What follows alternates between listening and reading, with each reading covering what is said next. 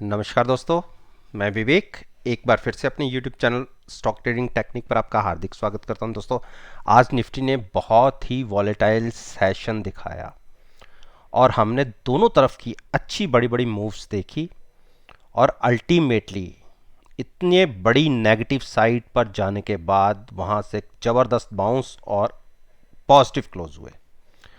और मेरी performance in 10 stocks के अंदर कैसी रही वो तो नीचे डिस्क्रिप्शन बॉक्स में कल की वीडियो है, जिसके अंदर मैंने आज के सेशन के लिए आपसे बात की थी।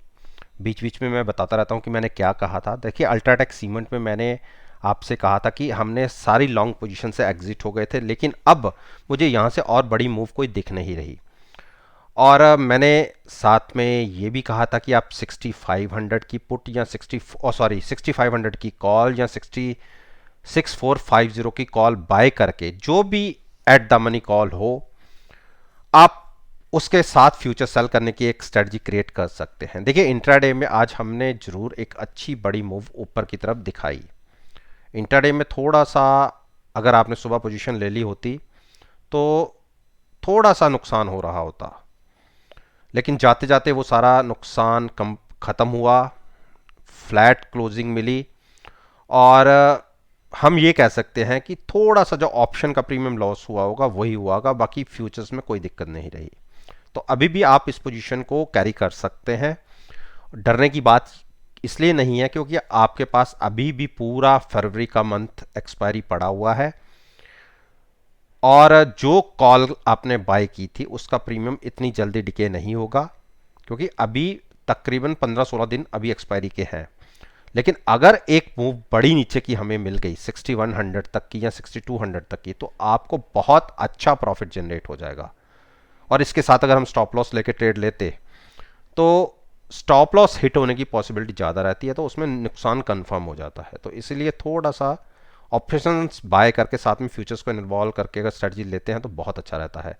तो ये स्ट्रेटजी हम कल भी कंटिन्यू करेंगे। आईओसी ने कल एक जो बड़ी गिरावट दिखाई थी, आज और उससे भी नीचे एक गिरावट दिखाई और नीचे तो लो लगा दिए 96 के। देखिए, अभी इस स्टॉक से थोड़ा सा बाहर रही है। हाँ, अगर ये स्टॉक 94 के आसपास आ जाता है, वैसे तो अगर किसी ने थोड़ा सा लंबे के लिए रखना है तो अगर 94 के आसपास आए तो वहाँ आप पुट बाय करके लॉन्ग भी जा सकते हैं। देखिए, जैसे यहाँ हम देख रहे हैं, ऊपर जाता है नीचे गिरता है, ऊपर जाता है नीचे गिरता है, हो सकता है ये 94 तक आ जाए। तो आप 94 के आसपास, पहले नहीं कल नहीं, जब तक प्राइस 94 के आसपास नहीं आता तब तक कोई ट्रेड नहीं लेना। 94 के आसपास अगर आता है और 50 डेज मूविंग एवरेज होल्ड हो जाती है तो आप 94 की पुट बाय करके फ्यूचर्स को लॉन्ग करने की एक स्ट्रेटजी क्रिएट कर सकते हैं। बाकी शॉर्ट नहीं, क्योंकि अगर 1 या 2 रुपए के लिए आप प्ले करना चाहते हैं तो हाईली रिस्की ट्रेड होगा। हाँ, यहाँ से एक जंप जब देखने को मिलेगा तो एक बड़ा देखने को मिलेगा, इसीलिए अगर 2 रुपए की गिरावट आ भी जाती है तो हम पुट के साथ लॉन्ग जाना पसंद करेंगे।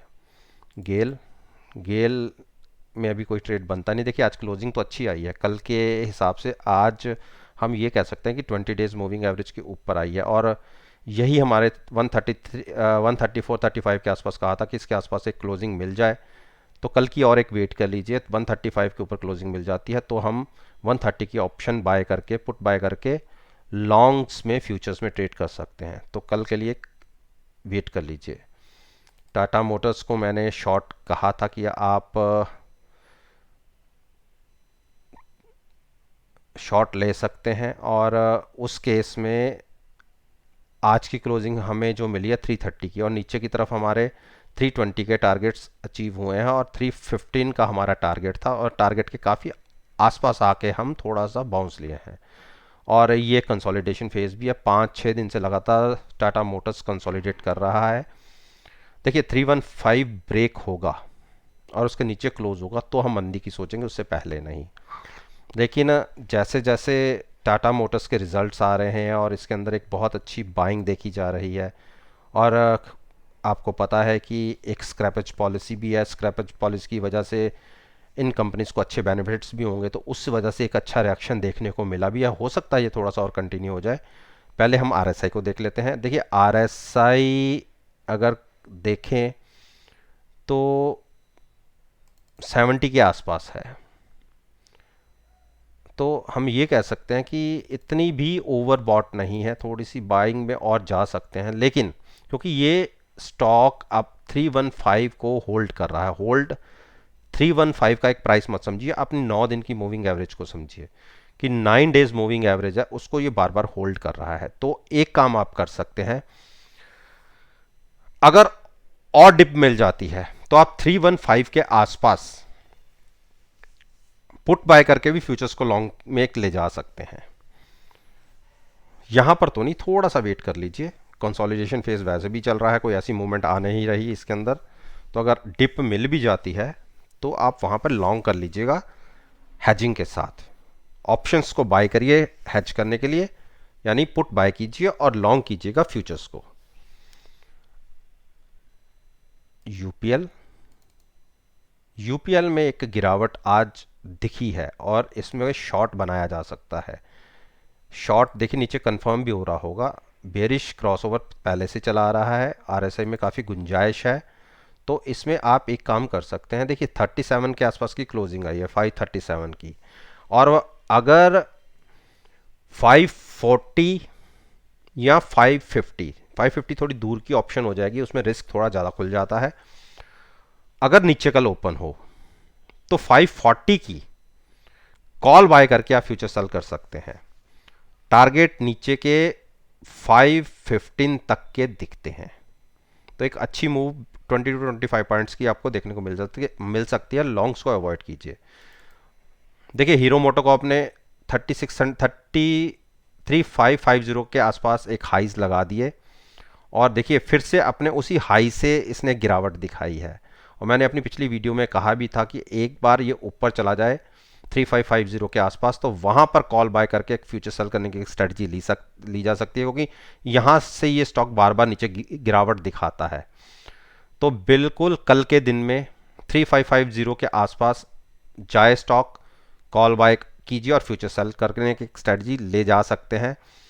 एक बार फिर से हमें 3450 के एक टारगेट 100 पॉइंट्स की गिरावट देखने को मिल सकती है। No doubt stock bullish trend के अंदर है, क्रॉसओवर है। मैं तो केवल इसकी पास्ट हिस्ट्री को देखते हुए एक हैजिंग के साथ ट्रेड लेने की बात कर रहा हूं, जिसमें गिरावट की पॉसिबिलिटी 90% तक दिखती है। टाइटन, टाइटन ने देखिए क्या ज़बरदस्त नीचे से बाइंग दिखाई है और फिर वहीं आके क्लोजिंग दिखाई। देखिए लगातार 1 2 3 4 5 6 7 8 9 10 लगातार रोज नए हाइज, और नीचे से 14, आप ये मान के चलिए 20 से तकरीबन 180 पॉइंट्स की एक बड़ी मूव दिख सकी है। और अब हम फिर से अपनी उसी ट्रेंड लाइन के आसपास आ गए हैं। अगर इसके ऊपर हमें क्लोजिंग मिल जाती है तो आप तैयारी कर लीजिए, और यहां से तकरीबन 40 टू 50 पॉइंट्स की। लेकिन मैं क्योंकि बार बार देखिए ये यहां जाता है उसके बाद फिर गिरावट दिखा देता है, लेकिन पिछले 5-6 दिन की जो इसकी एक चाल है वो बिल्कुल अलग ही तरीके से है, रोज नए हाइज। तो एक बुलिश हैमर भी क्रिएट हुआ है। कल मुझे लगता है कि ये स्टॉक इसके ऊपर खुलेगा।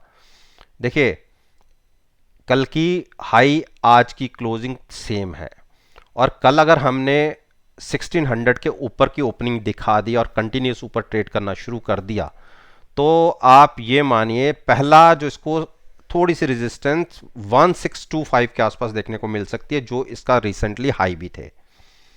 रिसेंटली हाई का मतलब 1 मंथ के आसपास पहले का जो हाई था 1625 के आसपास का, वहां तक एक बार ये मूव दिखा सकता है। तो कल की ओपनिंग पॉजिटिव रहेगी तो ही लॉन्ग्स में जाइएगा, और लॉन्ग में जाने के बाद 1600 की पुट भी साथ साथ 1590 के आसपास की पुट भी साथ में बाइंग करके तभी लॉन्ग में जाइएगा, अदरवाइज बिल्कुल नहीं।